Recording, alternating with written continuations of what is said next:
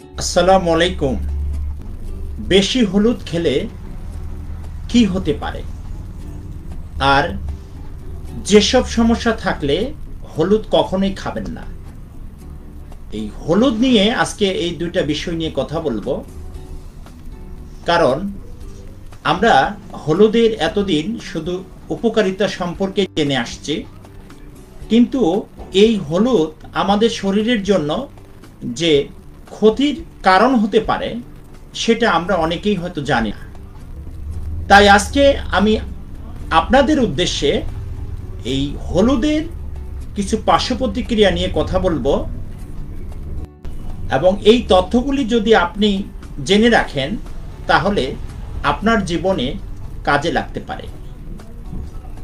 তো হলুদ, প্রথমে আমি বলবো যে বেশি পরিমাণে হলুদ খেলে কি হতে পারে। হলুদে প্রচুর পরিমাণে কারকিউমিন পাওয়া যায়, এটা আমরা সবাই জানি। কিন্তু এই কারকিউমিনের মাত্রা যদি বেশি পরিমাণে আমাদের শরীরে প্রবেশ করে তাহলে যে সমস্যাটি হতে পারে, প্রথমত পেটের গোলযোগ শুরু হতে পারে, হজমের সমস্যা দেখা দিতে পারে, এবং কি রিফ্লাক্স ডিজিজ অর্থাৎ খাদ্যগুলি উপরে উঠে আসতে পারে, এবং কি ডায়রিয়ার মতো সমস্যা দেখা দিতে পারে। যদি হলুদ খেয়ে এই ধরনের সমস্যাগুলি দেখা দেয় তাহলে অবশ্যই হলুদের খাওয়ার পরিমাণটা আপনাকে কমিয়ে দিতে হবে। 2 নম্বরে হলো, বেশি হলুদ খেলে অনেকের মাথা ঘুরতে পারে, এবং কি গা গুলিয়ে আসতেছে এরকম মনে হতে পারে। মোট কথা, হলুদ খেলে অস্বস্তি অনুভব করতেছে। যদি এরকম হয় তাহলে এই হলুদের পরিমাণটা খুব অল্প করে খাওয়া শুরু করতে হবে। 3 নম্বরে বলবো যে বিশেষ করে অন্তঃসত্ত্বা মহিলা যারা, তারা কখনো এই হলুদ খেলে তাদের অর্থাৎ হলুদ যদি বেশি পরিমাণে খায় তাদের কিছু অস্বস্তি দেখা দিতে পারে, এবং কি এই বেশি পরিমাণে হলুদ খাওয়ার কারণে জরায়ুর উপর একটা চাপ সৃষ্টি হতে পারে। এর ফলে সন্তান প্রসবের ক্ষেত্রেও সমস্যা দেখা দিতে পারে। এই বেশি পরিমাণে হলুদ খেলে এই ধরনের সমস্যাগুলি দেখা দিতে পারে।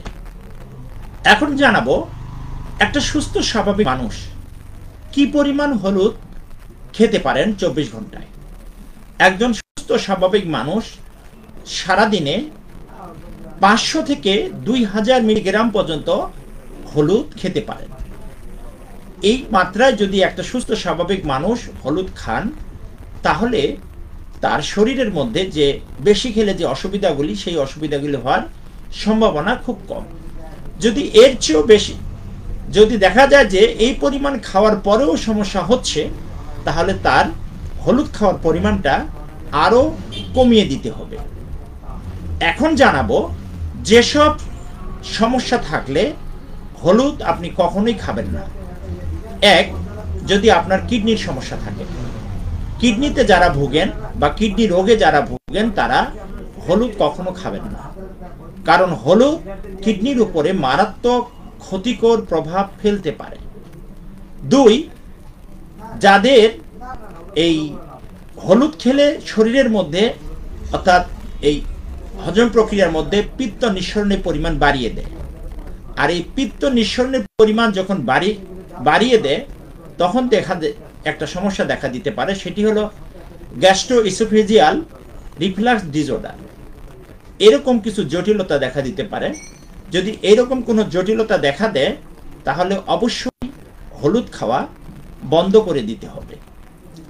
আবার যাদের কেটে গেলে বা ব্লিডিং হলে ব্লিডিং সহজে বন্ধ হয় না, অর্থাৎ কোয়াগুলেশন ঠিকমতো হয় না, তাদের জন্য হলুদ টোটালি খাওয়া উচিত নয়। কারণ হলুদের মধ্যে যে কারকুমিন রয়েছে, এই কারকুমিন এবং এখানে আপনার এই যে কোয়াগুলেশনের যে ক্ষমতাটা, এটাকে আরও কমিয়ে দিতে পারে। এর ফলে কি হতে পারে যে ব্লিডিং হলে সেই ব্লিডিং আপনার বন্ধ নাও হতে পারে।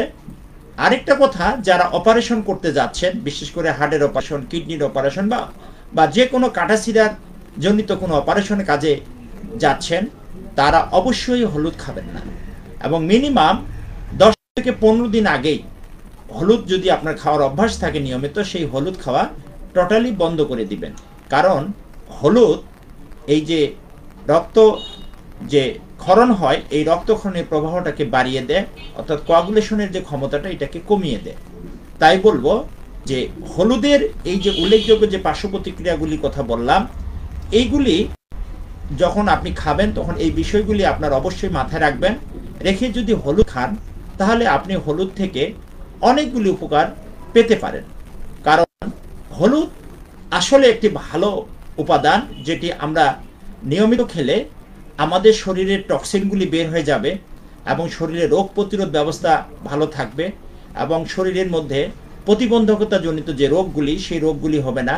যেমন অ্যালজাইমার ডিজিজ, ভুলে যাওয়া, স্মৃতিভ্রষ্ট যেটা রোগ, সেগুলি সমস্যা, এই সমস্যাগুলি চলে যায়।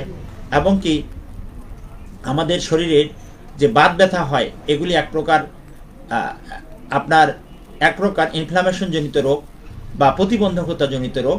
যেহেতু হলুদের মধ্যে কার্কুমিন রয়েছে এবং এই কার্কুমিনের অ্যান্টি ইনফ্লামেটরি এবং অ্যান্টিঅক্সিডেন্ট সমৃদ্ধ একটা ক্ষমতা রয়েছে, যার ফলে অ্যান্টি ইনফ্লামেটরি হিসাবে বাত ব্যথা দূর করে, আর অ্যান্টিঅক্সিডেন্ট সমৃদ্ধ থাকার কারণে যে বার্ধক্য প্রতিরোধে সহায়তা করে। অর্থাৎ এই যে অল্প বয়সে বুড়া হয়ে যাওয়ার যে ভাবটা, এইটি হয়ে থাকে মূলত অ্যান্টিঅক্সিডেন্টের যখন অভাব হয়, তখন শরীরের মধ্যে ফ্রি রেডিকালগুলির সমস্যা বেড়ে যায়। অর্থাৎ ফ্রি রেডিকালগুলি যখন শরীরে বেড়ে যায়, তখন একটা মানুষ আপনার বৃদ্ধের ছাপ অল্প বয়সে চলে আসে। তাই বলবো যে আপনার যদি দেখা দেয় যে এই অল্প বয়সে বৃদ্ধ হয়ে যাচ্ছেন, তাহলে আপনি এই ক্ষেত্রে অবশ্যই হলুদ ব্যবহার করতে পারেন। এরকম হলুদের অসংখ্য উপকারিতা রয়েছে। তাই বলবো যে হলুদ যখন আপনি খাবেন, এর পাশাপাশি আপনাকে অবশ্যই একটা কথা মাথায় রাখতে হবে, এর পার্শ্ব প্রতিক্রিয়াগুলি আপনার মধ্যে কোনো সমস্যা সৃষ্টি করতে পারে কিনা। যদি দেখেন যে এই পার্শ্ব প্রতিক্রিয়াগুলো আপনার সমস্যা সৃষ্টি করতেছে, তাহলে অবশ্যই একজন দক্ষ ইউনানি বা আয়ুর্বেদ চিকিৎসকের পরামর্শ নেবেন এবং তিনি আপনাকে এই বিষয়গুলি ভালোভাবে বুঝিয়ে যখন দেবেন, তখন যদি আপনি এটি খেতে পারেন, তাহলে আশা করছি আপনার উল্লেখযোগ্য কোনো পার্শ্ব প্রতিক্রিয়া আসবে না। আজকের এই হলুদ নিয়ে যে ইনফরমেশনগুলি আপনাদেরকে জানালাম, এই ইনফরমেশনগুলি যদি ভালো লাগে, তাহলে অবশ্যই এই আশা মেডিকেল হেলথ সেন্টার চ্যানেলটি ফলো দিয়ে রাখবেন এবং এইরকম নতুন নতুন স্বাস্থ্য বিষয়ের তথ্য পেতে এই পেজটি বারবার ভিজিট করবেন।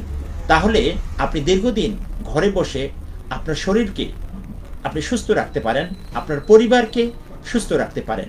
আসসালামু আলাইকুম।